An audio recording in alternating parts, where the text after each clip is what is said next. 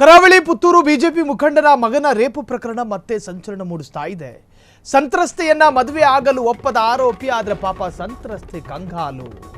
BJP ಮುಖಂಡನ ಮಗನ rape ಪ್ರಕರಣ ಅದು. ಸಂತ್ರಸ್ತೆಯನ್ನ ಮದುವೆ ಆಗಲು ಒಪ್ಪದ ಆರೋಪಿ ಈವರೆಗೂ ಕೂಡ ಅದಕ್ಕೆ ಒಪ್ಪಿಕೊಳ್ತಾ ಇಲ್ಲ. ಸಂತ್ರಸ್ತೆ ಪಾಪ ಕಂಗಾಲಾಗಿದ್ದಾರೆ. ಕಾಲೇಜಿನಲ್ಲಿ ಒಟ್ಟಿಗೆ ಓದ್ತಾ ಇದ್ರು. ಆಕೆಯ ಮೇಲೆ ಈತನಿಗೆ ಒಂದು ಸ್ವಲ್ಪ ಆಸೆ ಇತ್ತು. ಆಕೆಯನ್ನ ಮಾನಸಿಕವಾಗಿಯೂ ಮತ್ತು ದೈಹಿಕವಾಗಿಯೂ ಬಳಸಿಕೊಂಡಿದ್ದ. ಅದರ ಫಲಿತಾಂಶವಾಗಿ ಆ ಹೆಣ್ಣು ಮಗಳು ಗರ್ಭಿಣಿಯಾಗಿದ್ದಳು. ಅದಾದ ನಂತರ ತಗಲಾಕಿಕೊಂಡ್ರು. ಸಂತ್ರಸ್ತೆ ಕುಟುಂಬಸ್ಥರು ಆತನಲ್ಲಿ ಬೇಡಿಕೊಂಡ್ರು, ನನ್ನ ಮಗಳ ಒಪ್ಪಿಗೆ ಇಲ್ಲದೆ ಹಿಂಗೆ ಮಾಡಿದೀಯಾ, ಪರವಾಗಿಲ್ಲ ಮದುವೆ ಆಗಬಿಡು. ಒಪ್ಕೊಳ್ಳಿಲ್ಲ ಪುಣ್ಯಾತ್ಮ. ಯಾವುದೋ ಕತ್ತಲ ರಾತ್ರಿಯಲ್ಲಿ ದುರ್ಮುಹೂರ್ತದಲ್ಲಿ ದೌರ್ಬಲ್ಯ ಘಳಿಗೆಯಲ್ಲಿ ಘಟನೆ ಒಂದು ಸಂಭವಿಸಿ ಹೋಗಿದೆ, ಹೊಟ್ಟೆಗಾಕಳಿ ಎಂದ.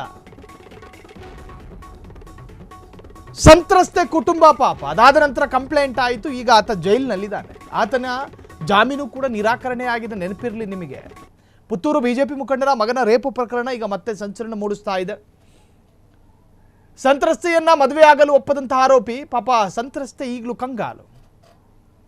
ಜೈಲಿನಲ್ಲೇ ದಿನ ದುಡ್ತಾ ಇರುವಂತಹ ಆರೋಪಿ, ಆದರೆ ಮನೆಯಲ್ಲಿ ಕಣ್ಣೀರು ಹಾಕ್ತಿರುವಂತಹ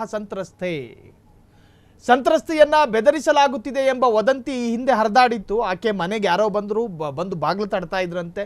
ಸಂತ್ರಸ್ತೆಯ ಮನೆಯ ಸುತ್ತಮುತ್ತ ಅಪರಿಚಿತರ ಓಡಾಟವಿತ್ತು ಎಂಬ ಆರೋಪ ಇತ್ತು.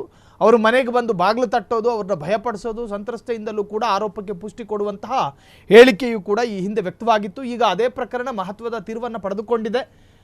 ಈಗ ಸಂತ್ರಸ್ತೆ ಜನ್ಮ ನೀಡಿದ ಮಗುವಿನ ರಕ್ತ ಮತ್ತು ಆರೋಪಿಯ ನೋಡಿ, ಈತಂದು ರಕ್ತನು ಜೊತೆಗೆ ಈತನ ಅರ್ಥಾತ್ ಆ ಹೆಣ್ಣು ಮಗಳು ಜನ್ಮ ಕೊಟ್ಟಂತಹ ಮಗು ಇಬ್ಬರ ರಕ್ತ ಮಾದರಿಯನ್ನು ಕಲೆಕ್ಟ್ ಮಾಡಲಾಗಿದೆ. ಪುತ್ತೂರು ಬಿಜೆಪಿ ಮುಖಂಡರ ಮಗನ ರೇಪು ಪ್ರಕರಣ. ಎರಡು ಅಂದರೆ ತಂದೆ ಎಂದು ಹೇಳಲಾಗುವ ಈತ ಅತ್ಯಾಚಾರಕ್ಕೊಳಗಾಗಿ ಸಂತ್ರಸ್ತೆ ಗರ್ಭಿಣಿಯಾದ್ಲು. ಅದರಿಂದ ಹುಟ್ಟಿದಂತಹ ಮಗು, ಆ ಮಗುವಿನ ರಕ್ತ ಮತ್ತು ಈತನ ರಕ್ತ, ಇದನ್ನು ಇವತ್ತು ಮಂಗಳವಾರ ಮಧ್ಯಾಹ್ನ ಕೋರ್ಟ್ಗೆ ಹಾಜರುಪಡಿಸಲಾಗಿದೆ ಅನ್ನೋ ಮಾಹಿತಿ ಇದೆ. ಒಟ್ಟಾರೆ ಈ ಪ್ರಕರಣ ಸಂಚಲನವನ್ನು ಮೂಡಿಸ್ತಾ ಇದೆ. ಕ್ಷಣ ಕ್ಷಣದ ಸುದ್ದಿಗಳಿಗಾಗಿ ಫ್ರೀಡಂ ಟಿವಿ ಸಬ್ಸ್ಕ್ರೈಬ್ ಮಾಡಿ, ಲೈಕ್ ಮಾಡಿ ಹಾಗೂ ಫಾಲೋ ಮಾಡಿ.